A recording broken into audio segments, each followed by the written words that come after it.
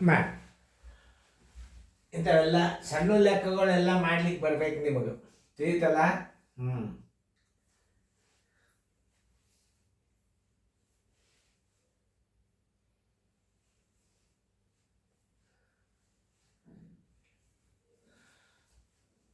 ನೋಡಿ, 15 ಪುಸ್ತಕಗಳ ಬೆಲೆ ಮಾಡಿರಿ ನೀವೆಲ್ಲರೂ. 15 ಪುಸ್ತಕಗಳ ಬೆಲೆ 75 ರೂಪಾಯಿ. ಆದರೆ 3 ಪುಸ್ತಕಗಳ ಬೆಲೆ ಎಷ್ಟು? 3 ಗುಂಡ್ಲೆ 75 ಸರಾಸರಿ 15. 15 ಒಂದಲೇ 15 ಐದಲೇ 5 ಮೂರಲೇ 15 ರೂಪಾಯಿ. ಆನ್ಸರ್ ಇಸ್ಕೊಂಡು 15 ರೂಪಾಯಿ. ಉತ್ತರ ಸಂಖ್ಯೆ ಎಲ್ಲಿದೆ ನೋಡ್ರಿ, ಎ. ಈಗ 1 ಮೀಟರ್ ಬಟ್ಟೆ ಬೆಲೆ ಕೊಟ್ಟಾಗ 1 ಮೀಟರ್ ಬಟ್ಟೆ ಬೆಲೆ ಕೊಟ್ಟಾಗ ಏನು ಮಾಡ್ಬೇಕಪ್ಪ ಅಂದ್ರೆ ಗುಣಾಕಾರ ಮಾಡಿಬಿಡ್ಬೇಕು. ಅದು ಏನು ಹೇಳ್ಯಾನ? 1 ಮೀಟರ್ ಬಟ್ಟೆ ಬೆಲೆ ಅಂತ ಹೇಳ್ಯಾನ. 12 ಮೀಟರ್ ಬಟ್ಟೆಯ ಬೆಲೆ, 12 ಮೀಟರ್ ಬಟ್ಟೆಯ ಬೆಲೆ, ಬಟ್ಟೆಯ ಬೆಲೆ ಬರೋಬ್ಬರಿ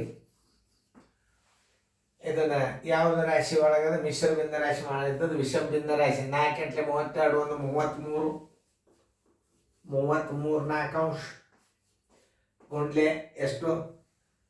12 ಮೀಟರ್ ಬಟ್ಟೆ ಬೆಲೆ ಅಂದ್ರೆ 12ರಲ್ಲೇ ಗುಣಾಕಾರ ಮಾಡ್ರಿ, ಛೇದ 1 ಇಡ್ರಿ.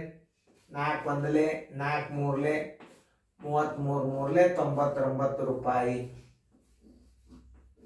ಉತ್ತರ ಸಂಖ್ಯೆ 99 ಎ.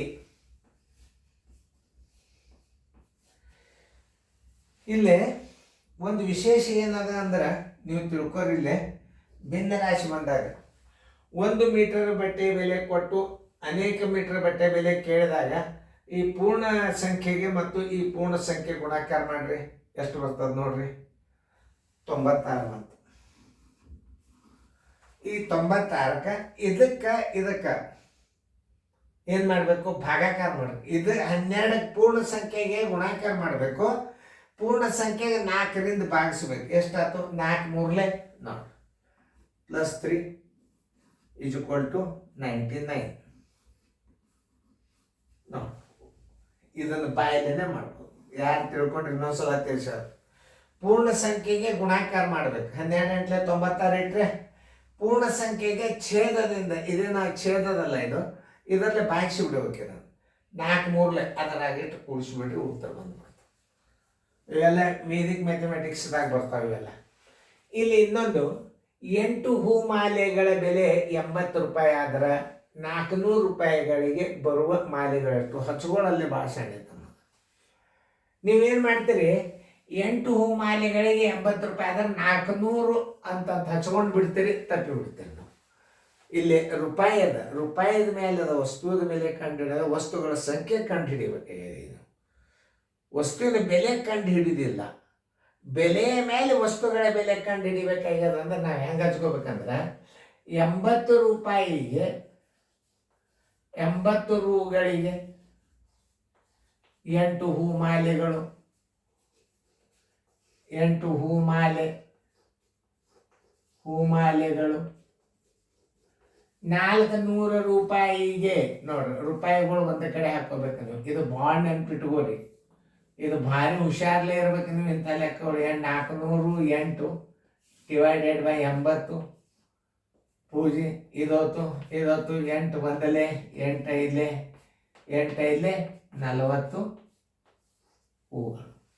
ಉತ್ತರ ಸಂಖ್ಯೆ 40 ಹೂಮಾಲೆಗಳು.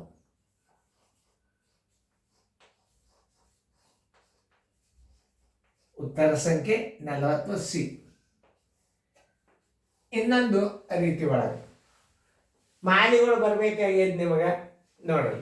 ಈ 80ಕ್ಕೆ 400ಕ್ಕೆ ಭಾಗಿಸ್ಬಿಡ್ರಿ, ಎಷ್ಟು ಬರ್ತದೆ ನೋಡ್ರಿ? 5 ಬರ್ತದೆ. 5 ಎಂಟ್ಲೆ 40. ನೀವು ಹೆಂಗೂ ಮಾಡ್ಬೋದು.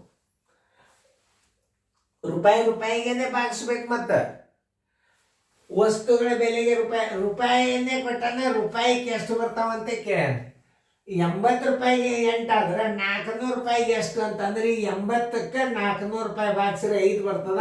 5ಕ್ಕೆ 8ಕ್ಕೆ ನೀವು ಗುಣಾಕಾರ ಮಾಡಿಬಿಟ್ರೆ 40 ಬಂದ್ಬಿಡುತ್ತೆ.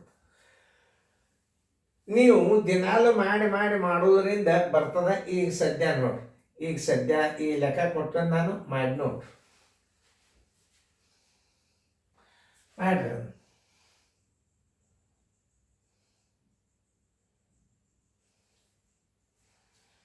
ಕರೆಕ್ಟಾಗಿ ಮಾಡ್ರಿ.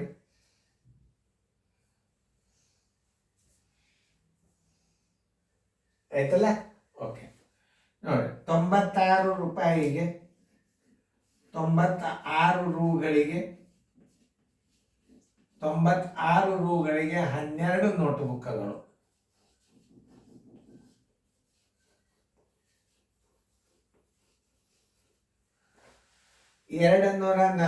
ರೂಗಳಿಗೆ ಬರೋಬರಿ ಎಷ್ಟು? 240 ಗುಂಡ್ಲೆ 12 ಸರ್ವಾಸ್ ಬಾಗಿಲೆ 96. 12 ಒಂದಲೆ 12 ಎಂಟ್ಲೆ 8 ಒಂದಲೆ 8 ಮೂರ್ಲೆ 24 0ಗೆ 0 30 ನೋಟ್ಬುಕ್ಗಳು.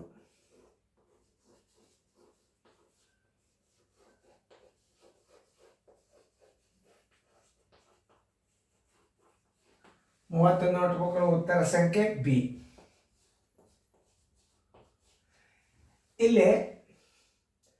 ಇಲ್ಲಿ ವಸ್ತುಗಳ ಬೆಲೆಗೆ ಡೈರೆಕ್ಟ್ ಈಗ ಇದಕ್ಕೆ ನೀವು ಭಾಗ ಹೊಡಿದಕ್ಕಿಂತ ಹಿಂಗೂ ಹೊಡಿಬಹುದು ನೋಡಿ. 8 10